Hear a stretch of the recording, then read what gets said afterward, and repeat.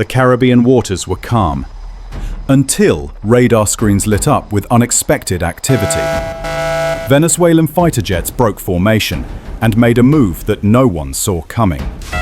What followed wasn't just a close encounter. It was a strategic message and a dangerous gamble.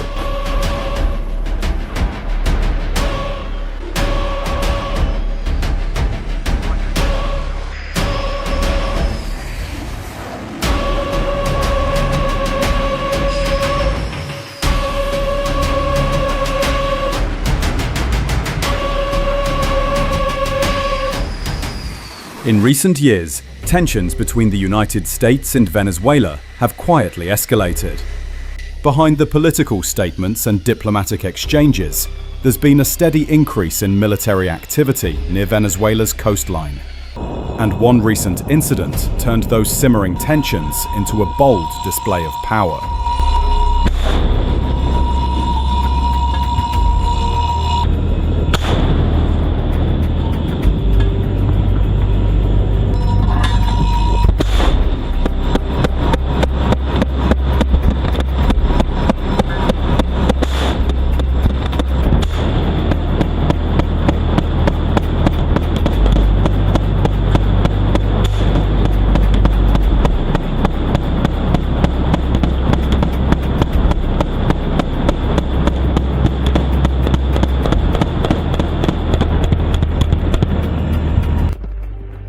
A US Navy destroyer was operating legally in international waters near Venezuela.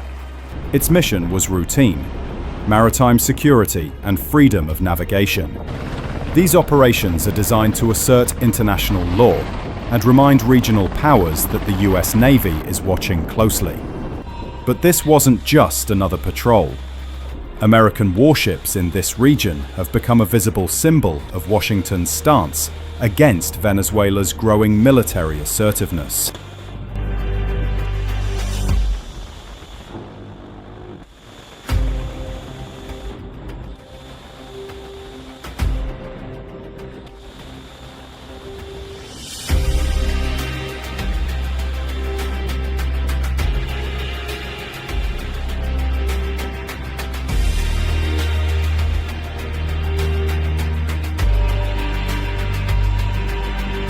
Then came the response.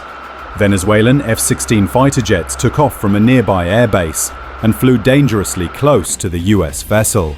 This wasn't a random flyover.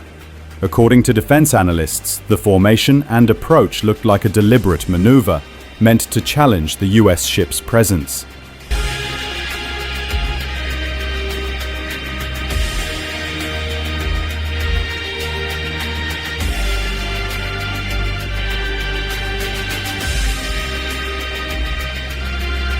Flying at low altitude, the jets passed close enough for crew members on deck to visually track their every move.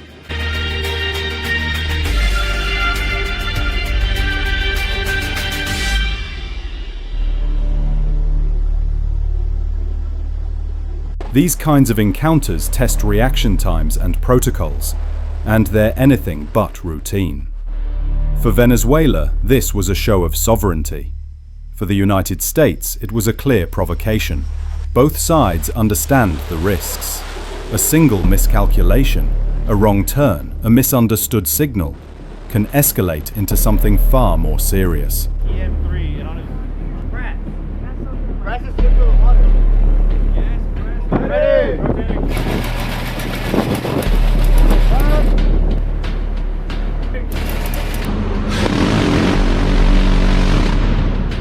Encounters like this are why strict communication protocols exist between militaries. But even with those in place, the tension in moments like these is real. The destroyer maintained its course and speed, signaling that it would not be intimidated. Radar systems locked onto the approaching aircraft, and crew stations were fully manned. The jets circled, made a few aggressive passes, and eventually pulled away. But their message was clear. Venezuela was watching too. This wasn't an isolated event. The Caribbean has become a quiet stage for a strategic competition.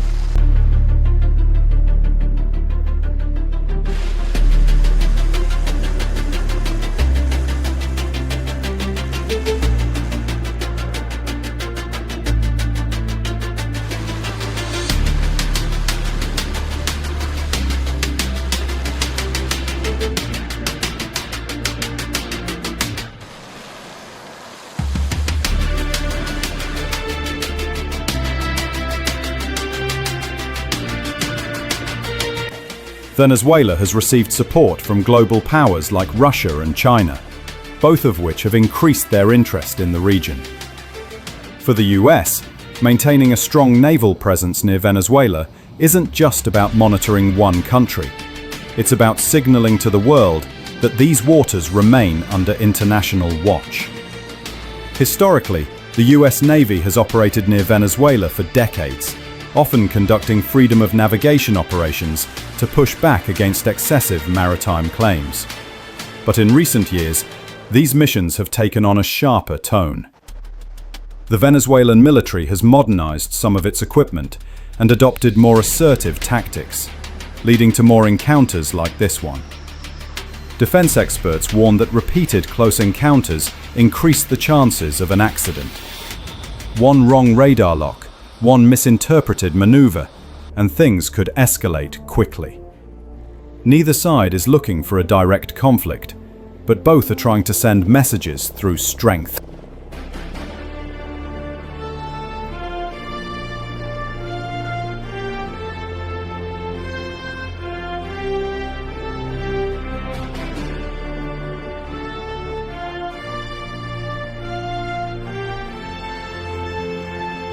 For Washington, incidents like this justify maintaining advanced fighter jets and warships in the region.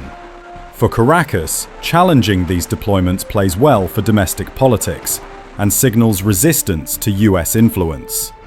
Each encounter is as much about optics and messaging as it is about tactics.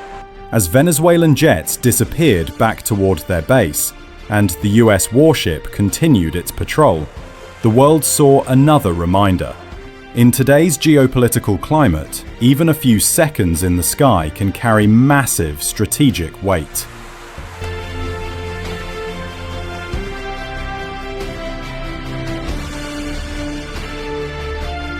The Caribbean may look peaceful, but beneath the waves and above the clouds, military power games are playing out in real time. If a similar encounter happened again, but this time someone made a mistake, how fast do you think things could escalate?